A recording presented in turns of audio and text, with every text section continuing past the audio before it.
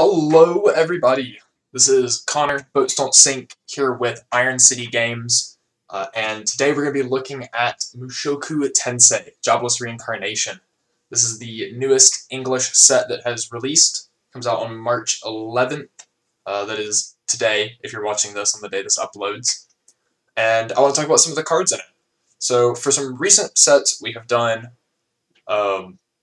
entire set reviews, but I know that's very long-form content. A lot of people don't want to sit through all that, so I put something a bit shorter together for you guys today, and let's jump right into it, right?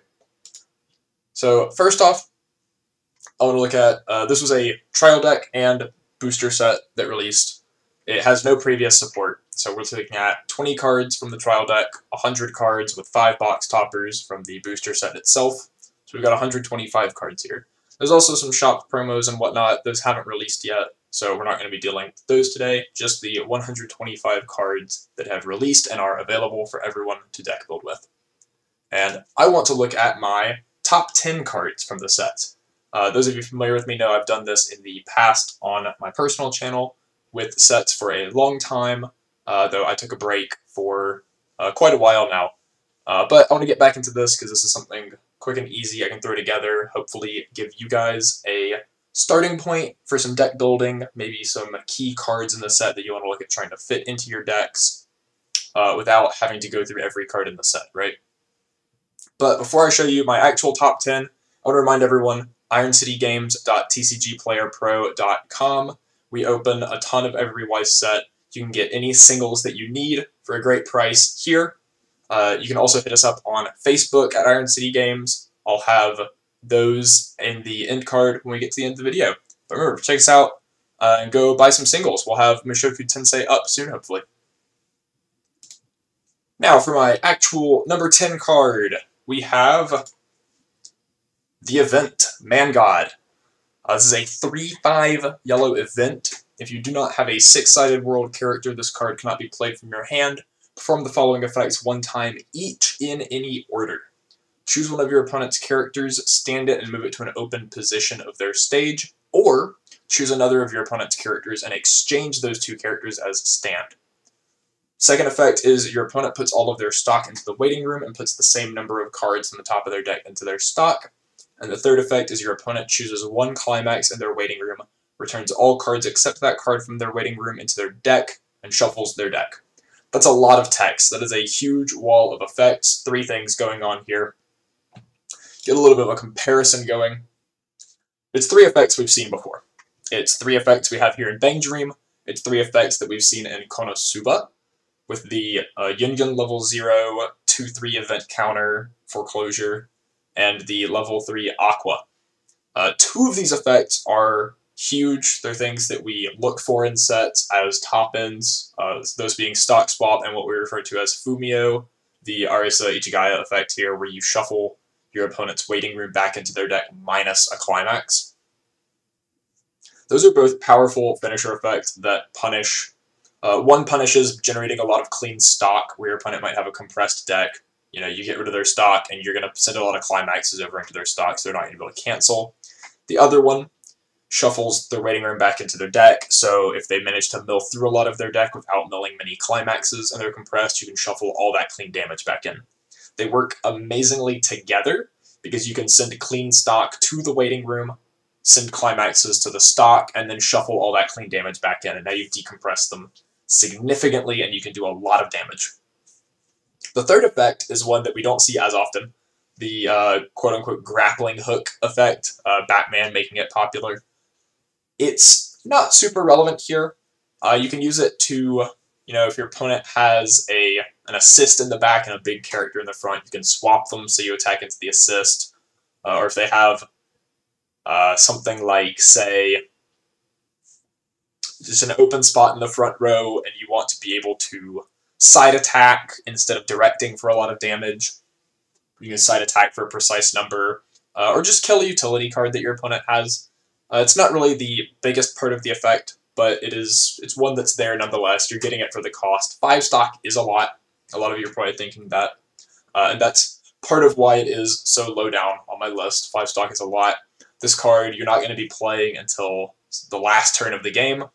but hopefully when you get there it is very impactful. However, it's not always going to be. So for the games where it's just not good or you draw it early, this set does have a level 0 Unraveling Heart Lilia. Has an effect, put one event card from your hand into your waiting room and rest this card to choose a 6-sided world character in your waiting room and return it to your hand. This is going to allow you to turn any events that you draw throughout the game that you don't want to play or can't play because they're 3 5s and you're at 1 0. You can turn them into any card from your waiting room, right? And Lilia also has a relevant second effect. She can rest herself to give a stock removal effect to one of your characters. So she's worth playing regardless. And she's going to enable you to play a lot of events in this set that you might not otherwise play, just because they're going to clog your hand. We also want to look at some of the finishers in this set. Obviously, 3-5 event is eating a lot of resources. One of the main finishers in this set, the Roxy, actually works fairly well with this. She costs 2 stock to play, so you're going to need a lot of stock. You're probably needing 9 stock to play this event and 2 finishers. But she requires no additional stock for her finishing effect. So as long as you can get that 9 stock, you can play these down. She has an optional discard for one of her effects, but otherwise, it's a low resource finisher, so you can use it alongside your high resource sort of finisher setup, right? So these cards do work quite well together. And again, if you aren't able to get the resources to play Man God, you can just pitch it to Lilia, get another finisher instead. So overall, I think this card, it's not going to win you every game, but the games that you can play it and it's impactful, it's going to be super impactful and probably just kill your opponent. So it's definitely a card I want to be looking at from this set when I'm building decks. Moving on to my number 9 card, we have another yellow card, Just a Child Rudius. This is a silly art, very silly art. It's a 2-1 backup. It's a 2500 power backup with the effect, when you use this card's backup, you may pay 4 stock and put one 6-sided world character from your hand into your waiting room. If you do, choose one of your opponent's characters and rest it. Yes, this is another, 5 stock expensive card that we're looking at. And again, that's part of why it's so low on my top 10, but it is a very powerful effect. We've seen these rest counters a few times in the past. ReZero, Overlord, Konosuba. ReZero and Overlord especially were known for being able to play theirs. Konosuba less so, though it still played it as an option occasionally. But these cards, when you can play them consistently and have the resources for them, they can be a terror to deal with. It's like an anti-damage counter. Obviously, you're resting one of your opponent's characters, so you're stopping one of their attacks. But it's even more powerful than an anti-damage counter, because you're also able to stop any on-attack effects, which normally anti-damage isn't going to be able to do, since normally anything on attack that happens before the counter step is just going to go through regardless. So you stop your opponent from A, generating the stock from the attack, B, getting to use on-attack effects, C, getting to hit you with soul damage, D, getting to reverse your character, which anti-damage, usually, sometimes they pump a little bit of power, but if your opponent's character is big, they're still running you over. This is doing a lot of things. This is encore, anti-burn, anti-damage, anti-reverse, it's everything in one. And it drains your opponent a stock, which is pretty funny. It does require a little more setup on your side of the board than anti-damage. You don't just need the one lane to play it in. You need at least 2 lanes so that your opponent has to frontal attack and still have an attack left afterwards. But thankfully, Mushoku Tensei has a very powerful standby engine. And standby decks, if you're familiar with them at all, they put big power characters onto the board. They are typically going to be trying to win on both offense and defense, usually defense, so that they can just direct attack on offense. But if not on defense, they're still powerful on offense. And the standby level 3 finisher, Ghislaine, gains 5,000 power during your own turn. So she's attacking for 14,000, and your opponent cannot play events or backups. She's going to win board. She's a pay 2 for her own finisher effect, but she heals, so this card is very easily something you can play down, win board, hold up your rest counter after you've healed to survive your opponent's next turn. Because you have a backup, and probably some assists in your back row because you're a standby deck, the backup itself might protect one Ghislaine, and you're going to rest your opponent's character that's attacking the other Ghislaine. So you're able to protect your finishers even though they're only gaining power on your own turn, and then go into a finisher turn afterwards. Gives you some nice sandbagging options to maybe your opponent was out of finisher range the first turn, or something like that. In addition, the Roxy that we talked about before, low resource, so just a Child Rudius is something you can play before or after the Roxy, especially after, once you've attacked. As long as you had 2 stock going into your attack phase, you'll have 5 coming out, and you can play it. You know, you've got heals on the Roxy. She gains a little bit of power during your own turn, so as long as you can win on offense, you can hold up this rest counter. And rest counter, I mean, like I said, I can't really overstate how powerful of a defensive tool it is, even compared to the minus soul counters and the anti-damage counters that we've seen. It just does so much more, and it's something that every deck is going to have to keep an eye out for if they're playing against Mushoku Tensei. Moving into my number 8 card, we have a Climax combo, not utility this time. An actual finisher for the set, Warrior of Supered Race, Richard. First effect is on play from hand, all of your opponent's characters get minus X power until end of turn. X is equal to that character's level times 1,000.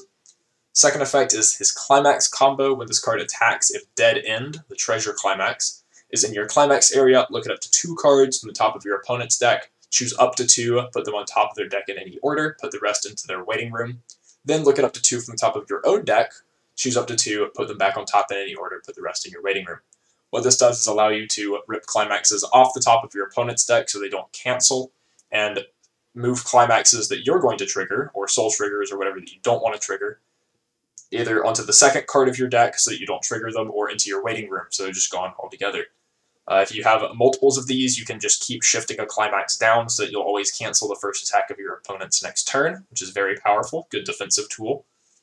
But overall, it's just damage consistency, trigger control, lots of just good, costless, low-resource finisher stuff.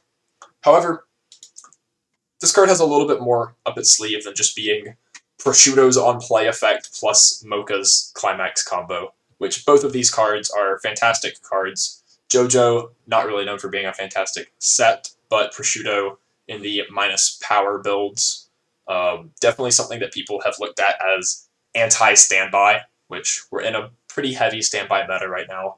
As I'm recording this, restriction list is a couple hours away, probably. We all know Data Live's probably getting restricted. I'm going to look stupid if it doesn't, but standby, even without Data Live, is a very big part of the meta. Being able to drain power off of standby characters is great. And this card has a package alongside it. So the 3/2 Battle Stance Regard gets -1 level if Talent for Magic Rudius is in your clock. That's the 3500 center runner. It's the Armin clone from Attack on Titan. On play, it heals the bottom card of your clock, so that if you clocked your early play condition for turn, it's not healing it off, and has a change effect. Beginning of your Climax phase, you can return it to your hand to play Warrior of Spared Race Regard from your hand to its stage position. That means that now you're getting a heal and an early play condition, basically for free, right? Because the Regard is returning itself to your hand, so you're not actually losing any cards from hand, and you're only paying the 2 stock to play the first Regard, then it's changing for free. So you're basically just playing a character from hand, and by running this package, you get all that extra stuff on top. So you have basically 2 on-play effects, and an early play condition, and a Climax combo, all tied into this card, which is great, especially when you're able to now early play your minus power. A lot of decks right now, standby decks, like I said, they're trying to build these powerful walls at level 2 and level 3. Early play decks, we don't really have a ton of right now. Yoshino Anti-Change Bomb makes that a little bit of a nightmare. But with HoloLive coming out next month, we're looking at the Rusha 3/2. We're looking at things like even Sora 3/2. Decks right now, there's some fairly good early plays. Love Live Sunshine may be making a little bit of a resurgence. Fate Grand Order doing a similar thing once it releases. This just lets you drain power off of all of those, clear board, get damage consistency with the Climax combo. Honestly, pretty good even if you don't have the Climax combo. Heal and win board, right? And you get your healer back to hand so you can do it again next turn if you need to. Very good package altogether. And with the help of our friend Lilia that we've already looked at, you can even deal with characters that have Encore, which a lot of 2/2s have Encore. Some early plays like the Shizu and That Time I Got Reincarnated as a Slime have Encore. If you kick them to stock, they can't be Encored. So, like, you know, you can deal with pretty much everything and clear board, and decks that want to put a lot of resources into their board are going to fall behind pretty fast against a Ruijerd setup. Note that minus power also hits backstage, so a lot of the 2/1 assists and 3/2 assists you might also be sending to waiting room just by draining them to 0 power. So definitely a nightmare for decks that are putting a lot of resources into their board. And not much else can do that right now. Really the only other things you're looking at are Beaufry with the Frederica combo and JoJo itself with both Prosciutto and the Lil Bomber combo. Neither of those sets have as many powerful tools as this one. So again, great card, great climax combo. Hits my number 8 spot. Moving on to number 7, we have yet another early play. Living Earnestly Rudius. Yellow 3/2 9000. If you have 4 or more 6-sided world characters, this card gets -1 level while in your hand. Very easy early play condition. Experience, if the total level of the cards in your level is 6 or higher, this card gets plus 1500 power. And auto, when this card is placed on the stage from your hand, this card gets plus 4500 power on the following ability until the end of your opponent's next turn. During this card's battle, all players cannot play backup from their hands. Again, this is a very sort of generic profile that we've seen multiple times. We've seen this power condition and anti-backup on Miyuki, on Sayaka, both of those are early plays. A couple other characters that aren't early plays have had it. But this one is, I think, particularly strong. Miyuki was strong in his own right for the clock kick. Sayaka strong in her own right for grabbing Sayaka's wish. This card's third effect is just power. But that's a lot more meaningful than you might think, because a lot of times these cards are going to come down, they're going to be big, they're going to get their reverse, and they'll be big on defense, but then they're small again. They struggle to get another kill, and they definitely struggle to win on defense the second turn. Rudius, if you hit his condition, he's going to be 10-5, which is pretty normal early play power, even once his power condition wears off. Right? So he comes down at 13-5, 15, so he's 15 cross turn, and then goes back down to 10-5 afterwards.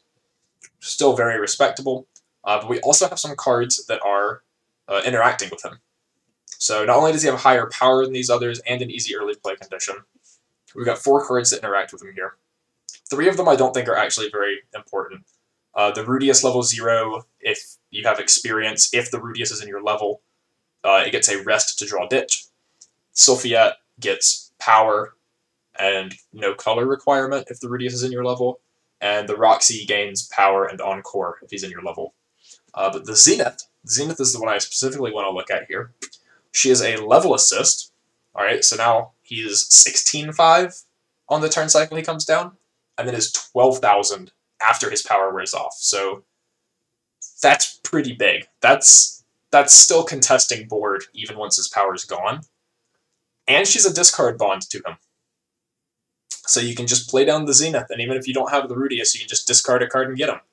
So you're pretty much, and 4 or more condition, you're not reliant on your waiting room having 2 or less climaxes or something. So you're basically always able to just play the Rudius when you need it, no matter what. Her third effect, Rest Herself. Choose one of your Living Earnestly Rudius or Talented Swordsman Paul. And that character gets plus 2,500 power until end of turn. Now your Rudius attacks for 19,000 on the turn it comes down, and 14,500 on the turn after that. This guy's clearing standby and early plays multiple turns in a row, which is something that this profile normally is not able to do. And I think that's very, very relevant, especially, like I said, we're in such a level 2-centric meta right now. I think that this package is super good and something to look at playing. Even if you can't fit the Zenith in the deck, I think the Rudius is very much worth it. The other card that the Zenith looks at, the Talented Swordsman Paul, is a 3/2. Generally a card that you're going to see in the standby decks. He is a global 1500 if he's in your center stage. If you're playing him alongside Rudius, that's going to make your Rudius extremely large, though you don't have a way to early play Paul outside of standby. not going to look much else at Paul. I don't think he is as notable as the Rudius, though he is a very, very cool card in the standby build. So we'll probably look at him more if I do a deck profile on standby at some point. Moving into my number 6 slot, we have Megurd Race Magician Roxy. This is a pretty typical standby 3-2. 3-2, 3,500. Assist. All of your characters in front of this card get plus 2,000 power. When placed on stage from your hand, draw up to 2 cards. Choose 1 card in your hand, put it into your waiting room. And when your character's trigger check reveals a climax, choose one of your characters, and that character gets plus 1,000 power and the following ability until end of turn. When this card attacks, you may pay the cost. If you do, during that attack, perform a trigger check 2 times on the trigger step. There's also a card that interacts with this, the Culinary Class Roxy. If your level is 3 or higher, this card gets the following ability. Put this into your waiting room to play the 3-2 Roxy from your hand. She's a global 500, so she might be on your board earlier in the game in 1k1 builds, not the standby builds. Her other effect powers up the Choice combo level 1 from the trial deck. So this card has a lot going on for a 3-2 assist. A lot of the times we see these 3-2 assists in standby decks, and they're just power. Maybe they heal on play, maybe they cantrip, and their other effect might be like rest to look at the top 2 cards of your deck. This one has a sweet third effect. Whenever you trigger check a climax, you give a character Twin Drive. Now, obviously, your first thought goes to standby, right? You're standbying out as much stuff as you can. You're playing a standby from your hand. If you play the standby from your hand and put the Roxy on board and then trigger another standby, you can give Twin Drive to try to trigger another standby. It just sort of chains. But also, if you're triggering a standby, you want to be able to pay it out. If you trigger any climax, obviously, you want to be able to pay it out. You don't want it stuck in your stock, especially if it's on your first attack. You go first attack, trigger a climax, normally it's just doomed, right? It's buried 2 stock deep. But with this effect, you can trigger the climax and then immediately say, okay, well, this character that I'm about to attack with next gets Twin Drive, so we'll attack, pay out the climax we just triggered, get 2 new clean stock, hopefully clean stock. In standby decks, being able to get this Roxy out at level 2, you're able to do that for a lot larger portion of the game than if you just had this on a level 3. Which is why I think she's a lot more important in the standby decks than the 1k1 decks. Though in the 1k1 decks, you know, she can draw 2, ditch 1, find your climax, find your man god event, etc. But in the standby decks, I do think she is super relevant, super powerful. And we've looked at the Just a Child Rudius. This card, you have to win board. So in decks where you're playing, you know, standby or 1k1, if you're playing this counter, the 2,000 power is going to be relevant. It's going to get you there. Going to help you be able to play Rudius. In the 1k1 decks, because the 1-0 gets you to play it for free, you're saving on stock, which is also a help in being able to pay the 5 for Just a Child Rudius. And obviously, Mushoku Tensei does have 8 standby. I wouldn't be alluding to so many standby interactions if they didn't. So she's a critical piece to that deck, I believe. More important than most other decks, just 3-2 assists. Overall, very solid card. She fulfills her role and goes above what most other equivalents do. And she also gives power. The 1k power when you trigger a climax. So great in the 8 standby deck. Really like this card. Think it's going to be important. Looking at my number 5, it's another standby card. Standby is pretty good. We have Strong Body Ghislaine. This is a 2/2 5k with only like 3 lines of text. This card gets plus 2,000 power for each other 6-sided world character in your backstage. All your other 6-sided world characters get 1,000 power. I normally don't like putting like just simple generic role players on these lists, so you might be a little surprised to see this here. But I think this card is very important for a few reasons. Most decks that have standby, either A, they're just playing the standby from hand to get a 2/2 on board to push up the next turn, or they have to choose between getting a 2/1 assist out or their 2/2. For example, Rascal Does Not Dream of Bunny Girl Senpai, their level 1 combos on a standby. It's a 5500, it needs to reverse. If you play the standby, you can either get the 2-1 assist out to make your 1-0 bigger so it can reverse, or you can get your 2-2 out. This does both. Now, it's not an 11k, it's not a 10-5, it's 9k on its own if you have 2 backstage. And if you have 2 of these out, they make each other 10k because of the Global 1000. They're not huge, but they fulfill multiple roles at the same time, and I think that's very important in this standby deck, and I think it's something that sets it apart from every other standby deck out there. Every other deck is having to choose whether they want their level 1 to be big or to get a level 2 the next turn. You make your level 1 big and get a pretty reasonable level 2, and if you trigger another standby, that level 2 in the front row is just enormous. This is sort of exaggerated by the fact that Mushoku Tensei is a level 1 standby combo is a 1-1 7500. So now it's a 1-1 8500. So your 1-1s are bigger than your opponent's 1-1s because of your global. Your 2-2s are bigger than your opponent's 2-2s, hopefully, because of the global 1000. Whereas your opponent is always just going to be opting to get their 2-2 rather than putting an assist down. And then you get to push up your 2-2 and attack with it as a 2-soul body in whatever their weaker lane is. And if you start getting things like the Paul that we saw, the Global 1500, this Ghislaine herself can actually get to reasonable power levels. So she's not just some small thing that you're settling for. You get 2 of them, she's 10k. You standby out the Roxy assist once you hit level 2. You can make these 12, 13, 5 pretty consistently. So I think this card, as simple as it is something that sets Mushoku Tensei's standby deck apart from every other standby deck and gives it a pretty solid game against all the others at both level 1 and 2, whereas other decks might not. Moving into my number 4, I hate to say it, but we have another standby card. We actually have the level 1 combo itself here. Violent Tsundere Young Lady. Those are 4 words I think I like to hear together. This is a 1-1 5500. Gets 2000 power if all of your characters are 6-sided world. Pretty easy condition. I don't think you can fail it unless you're really trying in this deck. So 1-1 75, Climax combo. When Eris's request is placed on your Climax area, if this card is in your center stage, and you have another 6-sided world character, again, easy conditions. Put the top 2 cards of your deck into your waiting room. Choose up to 1 level X or lower 6-sided world character in your waiting room, return it to your hand.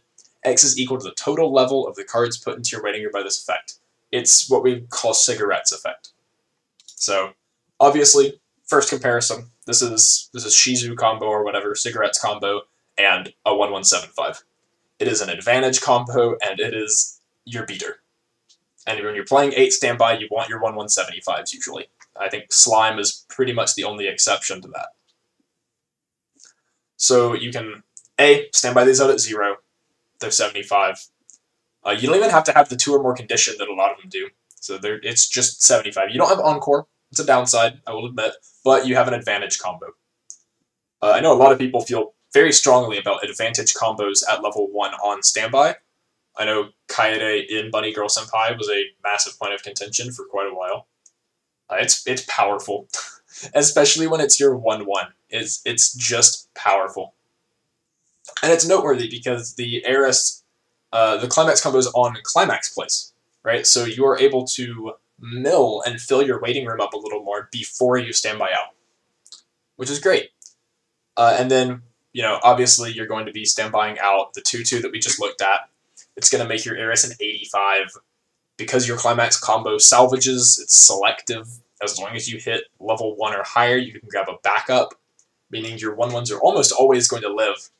And if you're playing either the Gate level 3 combo or Climax swapper, you can loop these. Like, you can just be a standby deck looping level 1 combo, which is particularly impressive, especially when your level 1 combo is a 1-1, it's big. It's not like Slime looping level 1 combo where, you know, you're giving up board in order to do that. You're just actually keeping board and generating card advantage, getting good attacks, and getting to standby more things out. So, yeah, this card is very powerful. Again, I just want to keep reiterating with the standby deck. I feel like I'm doing a standby deck profile instead of a top 10. The standby deck has a lot of things to set itself apart from other standby decks.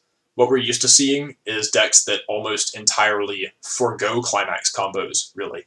You look at Data Live, it plays no level 1 combo.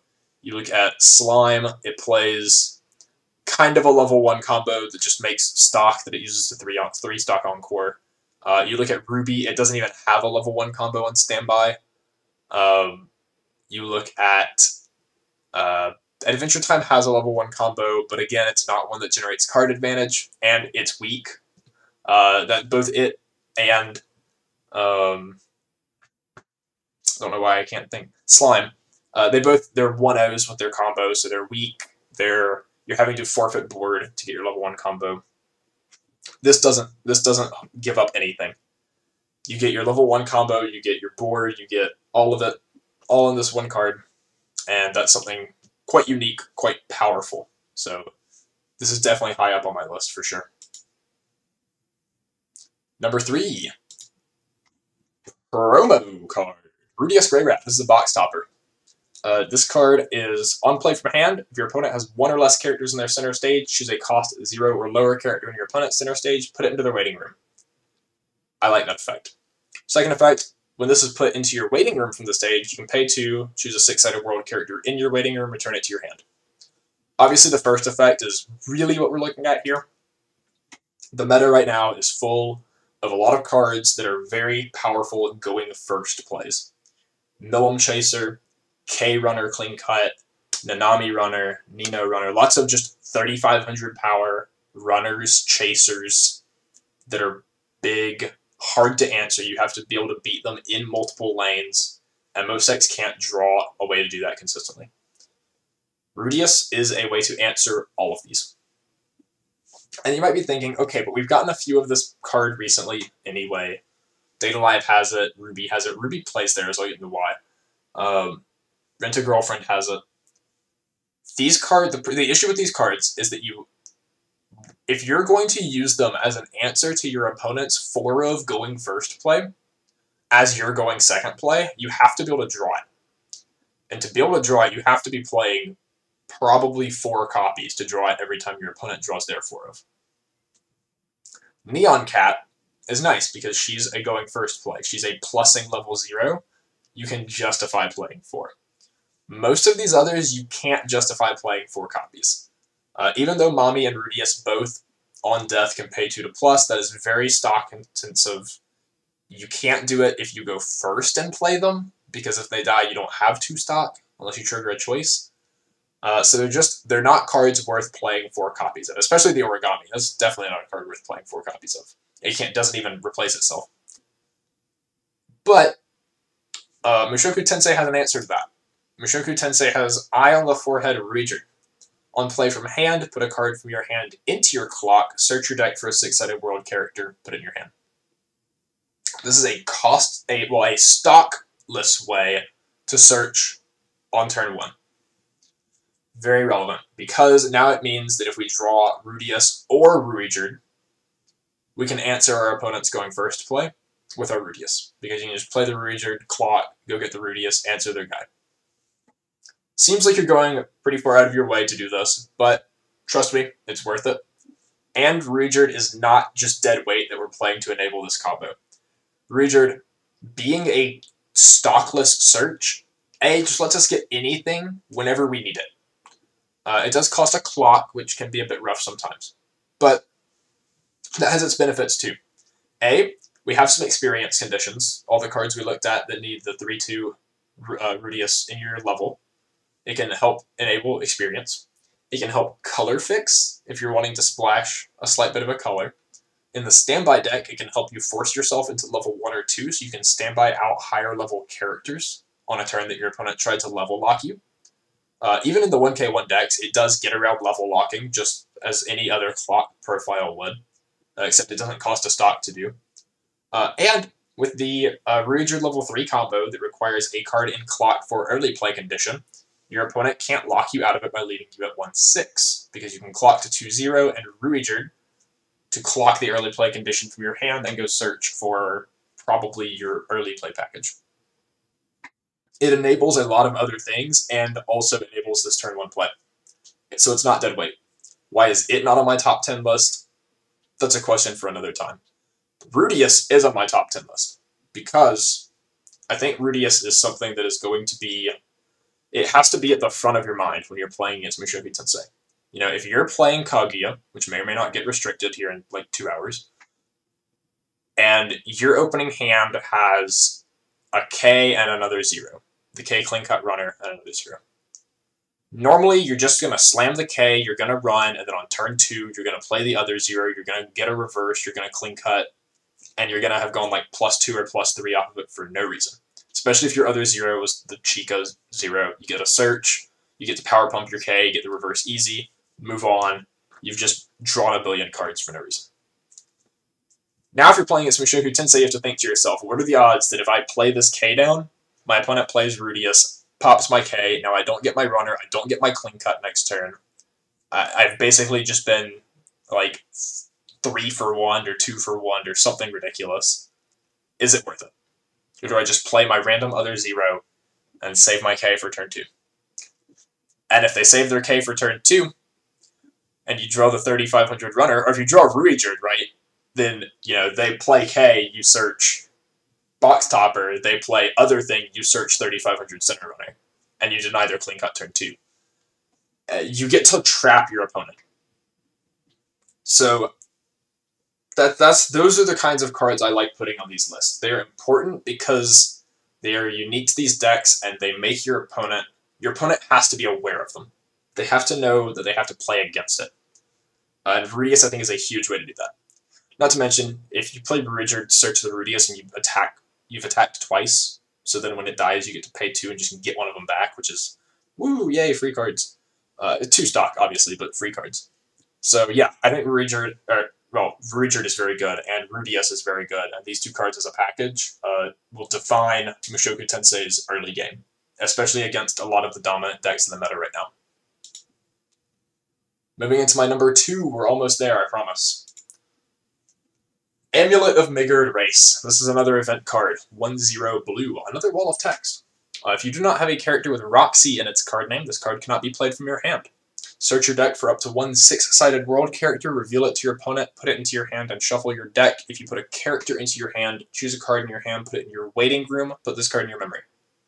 Auto memory. When you level up, if this card is in your memory, you may put this card into your waiting room. If you do, search your deck for up to 1 6-sided world character, reveal it, put it in your hand, and shuffle. This is a 1/0 double hand fix event. It turns itself into another card when you level up, and it turns any card in your hand into another card immediately. That's really good. You're not minusing.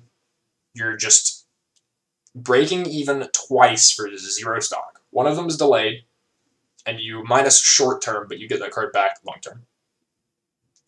So overall, break even twice for 0 stock, which is huge. Normally you're playing 1/1 search events, right? That are like break evens for a stock. This is double break even for 0. Why is this so good that it's number 2 on my list? All right, breaking even twice is really good. I don't. When level 1 combos are as powerful as they are, and setup tools are as powerful as they are, being able to selectively get any card out of your deck isn't just selection. It's probably also a plus, because you can select into your level 1 combo, which then draws you an extra card, effectively, probably, depending on what it is. So that's powerful. And then you get to search again, and the second search is delayed, so you might think that's bad, but it also gives you more information on what you actually need to be searching for. You get to see, you know, what your level 1 combo might give you into hand, especially if you're playing the trial deck combo. It's check top 3 out of 1, I believe. So you don't have a ton of selectivity there, so you know what's in your hand, what you need to search, you have information. The other thing is that this card is a discard outlet for free immediately, which in the standby decks means you can discard standby targets, and if you don't have a standby target in your hand, you can actually search for one and then discard it. And then once you level up, go search for something you actually need.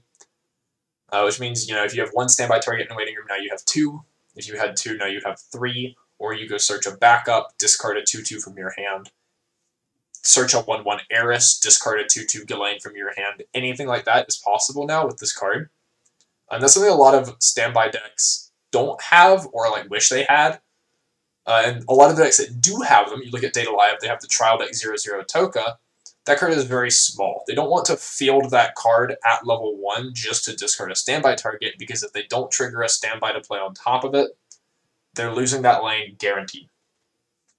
This doesn't take up a lane on your board, which means it can't attack. So you need more playables in hand, but it doesn't present a small lane in your standby deck that you can't protect. So overall, great card. It does require a Roxy on board. Thankfully, there are a number of good Roxy cards that are just going to sit in your back row throughout most of the game. And it has a Bond that's also a Roxy. On play from hand, look at the top and bottom cards of your opponent's deck. That's a reference to something that some of you will know. It's information. It's not super relevant, but you know the bottom. You know what card your opponent's not going to draw from the bottom of their deck, I guess, and you know whether they're going to cancel off the top. It's like you don't really have anything to do with. You're not Memory Snow. But other effect on play, discard 1 to grab the Amulet of Midgard Race from your waiting room to your hand. Which means that you can A, reuse it, or B, if you just draw the character instead of the event, or if you have a Ruijerd in hand, you can search the character, bond the event. It just gives you more ways to access it, and it's a Roxy, so it immediately turns on the condition for the event. So, good package. The event's going to put in a lot of work and a lot of decks. And one card I didn't put on these slides, if you draw the Amulet and you can't afford to take the short-term minus, or the card that you want is no longer in your deck, it's in your waiting room, you can use the Lilia level 0 to discard your event and grab a character from your waiting room. So this card's just great all around. Now, finally, moving on to my number 1. Drum roll. There's not actually a drum roll. I'm not going to make you guys sit here forever. Things I can give you, Roxy. This is a 0/0/1500 Brainstorm. I hate putting Brainstorms on these lists, but this card's second effect is just so gosh darn important. It makes my number 1 in the set. Looking at the Brainstorm effect first, pay 1, rest this, Brainstorm 4, Salvage Brainstorm. I do think Salvage Brainstorms are better than Search Brainstorms. They help you loop level 1 combos easier, they help you loop backups easier, they give you more knowledge over what you're able to grab, especially in decks playing things like Treasures where you might be blind stocking. So it is the ideal, in my opinion, Brainstorm effect. But the other effect, the first effect, is the one we really want to look at. When your climax is placed on your climax area, choose one of your characters, and that character gets the following ability until end of turn. When this attacks, pay 1, trigger check 2 times. It's Twin Drive. It's basically like the 3/2 that we already looked at that was number 6 on my list. This makes it a lot higher because turns out if you can play a card at level 0, that's a lot earlier than level 2, so it gets to do the important thing for way longer and way more times. And this one doesn't need you to trigger a climax, it just needs you to play one. Which will be happening more or less depending on what build you're playing. But it means that when you level 1 combo, now you have a free get out of jail card. When you slam a random climax, you have a free get out of jail free card that's costing you nothing. Because Twin Drive does 2 things. Well, it does 3 things, kind of. The least important one is it's pseudo mill. It digs through your deck faster, which is good on first deck. B, it pays out climaxes that you trigger. You can just put this on whatever character you plan on attacking with last, or not first, and as soon as you trigger a climax, you attack with that character, pay out the climax. You will never, I mean, you will sometimes, but you will a lot less often get a climax stuck in your stock. And the number of games that I see and that I play where, I refresh 6, or I refresh 5 because I triggered a climax. Imagine if you could just eliminate all of those, right? Especially the games where you attack and your first attack is a climax. It's difficult for a lot of decks to pay those out without things like refresh counter. especially at, at level 1 when you can't play refresh counter. So it's letting you keep your stock clean. The third thing it's doing is it's giving you extra trigger checks to trigger climaxes, which seems counterintuitive with the second one. But climaxes are a +1 almost always if you're playing good ones. In this set, the main ones you're going to be playing are all +1s. It's a choice, a gate, or a comeback, or a treasure, or something, or a standby. So you're either getting a +1 or you're getting a standby target to board, which is arguably better than a +1. And in the 8 standby deck, you're playing your standby from hand, you're getting a character on board, and then if you trigger a standby, you get to pay it out, or you just get to twin drive on your last attack to try to hit one in your last 2 stock of the turn. And if you hit it in your last 2 stock, it should be fairly easy to pay out next turn. And getting those extra checks at standby, it can speed you through the game. Slime, one of the biggest things of their level 1 combo is that it trigger checks 2 times. Now, it does that in multiple lanes, so they're getting like 5 or 6 trigger checks, but if you're able to get 4 every turn, you're going to be able to keep up with the rate that they're standbying, and you're going to out-standby other decks. Very important. Very powerful. Overall, this card, I think, is just super impactful in the way that it makes your games more consistent and gives you a higher ceiling with deck builds that are already have a lot of draws to them that make them stand out as unique. So that's why the Brainstorm gets my number 1. We all know Brainstorms are just already powerful cards on their own, so when you give them a super relevant effect like this, instead of just Climax Phase Pump 500 or whatever, it really pushes them over the top. So I think this is my best card in Mushoku Tensei. Quick recap on my top 10. You can see them here. And thank you guys for watching. This went a little longer than I meant for it to. I really like talking about cards. I apologize. You can find me at Boats Don't Sink on Twitter. You can find the store at Iron City Games 1 on Twitter or Iron City Games on Facebook. And you can check out our inventory at ironcitygames.tcgplayerpro.com. We have pretty much any Weiss set you can imagine, hopefully. We open tons of every new set. You can get playset pre-orders from us or order singles. Please check us out. Again, thank you for watching. Please like, comment, subscribe, leave your thoughts below. We'll see you next time.